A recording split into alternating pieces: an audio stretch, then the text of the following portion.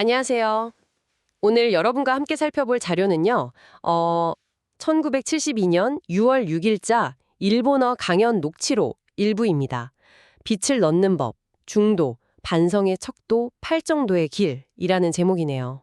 네, 꽤 오래된 자료인데 내용이 깊이가 있어요.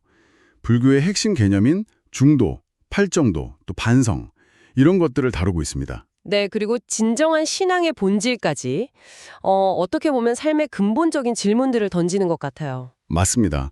특히 저는 그 중도를 설명하는 방식이 참 인상 깊었어요. 아, 어떤 부분이요? 그 왜 극단적인 것들이 만나서 조화를 이루는 거요.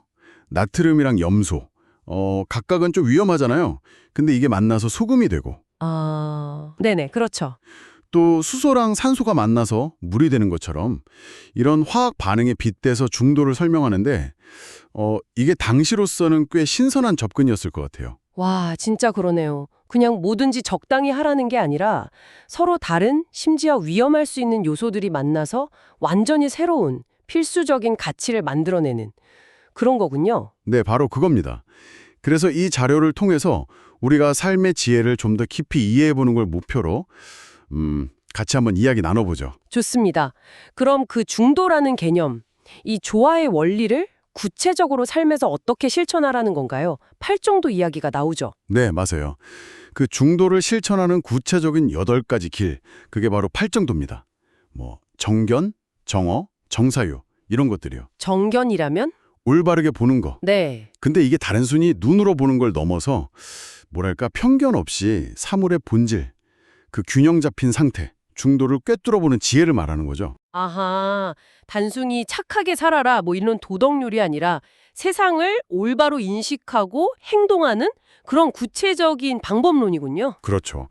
이 8가지 길을 통해서 마음의 구름이라고 표현하는데 아마 번뇌나 집착 같은 거겠죠? 그런 걸 걷어내고 영혼을 계속 성장시켜 나갈 수 있다. 이렇게 얘기합니다. 네. 그럼 살다 보면 누구나 잘못도 하고 또 고통도 겪게 되잖아요. 그럴 때는 어떻게 하라고 하나요?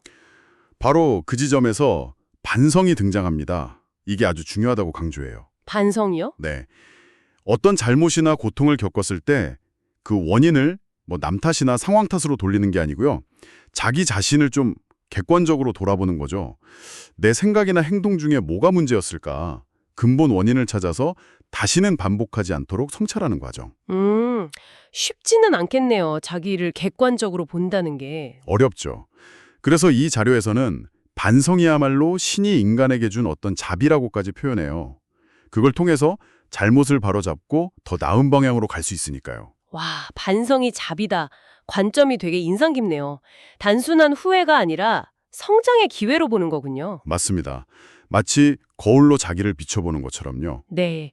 이런 관점은 신앙에 대한 이야기로도 이어지는 것 같아요. 그 자력 신앙을 강조하는 부분이 있잖아요.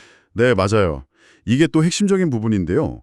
그냥 신이나 부처님한테 매달려서 비는 거, 그걸 이제 타력이라고 하잖아요. 네. 그런 타력 신앙보다는 스스로 진리를 깨닫고 아까 말한 그 팔정도를 실천하면서 노력하는 자력, 즉 자기 힘으로 나아가는 게 중요하다고 아주 강력하게 이야기합니다. 아, 그러니까 뭔가 기복 신앙 같은 걸 좀 비판하는 맥락인가요? 그렇죠. 예를 들어서 뭐 나무묘 호랭개교라는 특정 경전 구절을 그냥 외우기만 하면 구원받는다. 이런 식의 믿음을 좀 경계해요. 원래 가르침의 본질은 진리를 알고 그걸 삶에서 실천하는 데 있다는 거죠. 아는 것만으로는 부족하다는 거예요. 하긴 아는 거랑 사는 거는 정말 다르니까요. 연꽃 비유도 나왔던 것 같은데요. 네, 연꽃 비유. 아주 적절한 비유죠. 연꽃이 진흙 속에서 피어나잖아요. 근데 정말 깨끗하고 아름다운 꽃을 피우죠. 그렇죠. 그것처럼 우리 인간도 뭐 불완전한 육신을 가지고 현실이라는 진흙탕 속에서 살아가지만 그 안에서도 올바른 마음, 그러니까 팔정도를 잘 실천하면 영적인 꽃을 피울 수 있다.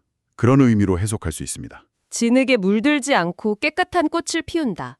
결국 마음 상태가 중요하다는 거군요. 네. 그래서 진정한 신앙이라는 게 뭐 특정 장소에 가서 형식적으로 예배드리고 이런 게 아니라 중도의 마음으로 내 안에서 신 혹은 뭐 우주의 식이나 진리라고 표현할 수도 있겠죠. 그것과 내면으로 대화하고 소통하는 것. 그게 진짜 신앙이라고 정의합니다. 내면과의 소통. 그러다 보니까 조상공양에 대한 설명도 좀 독특하게 느껴졌어요. 우리가 보통 생각하는 제사 같은 것과는 좀 다른 이야기를 하던데요. 네, 맞아요. 보통 조상공양하면 제사 음식 차리고 절하고 그러잖아요. 근데 이 자료에서는 조상에게서 물려받은 이 육체, 이걸 건강하게 잘 사용하는 것이 첫 번째 공양이라고 말해요. 아, 내 몸을 잘 관리하는 거요? 네. 그리고 가정을 평화롭게 잘 이끌어가는 것. 그게 또 중요한 공양이고요.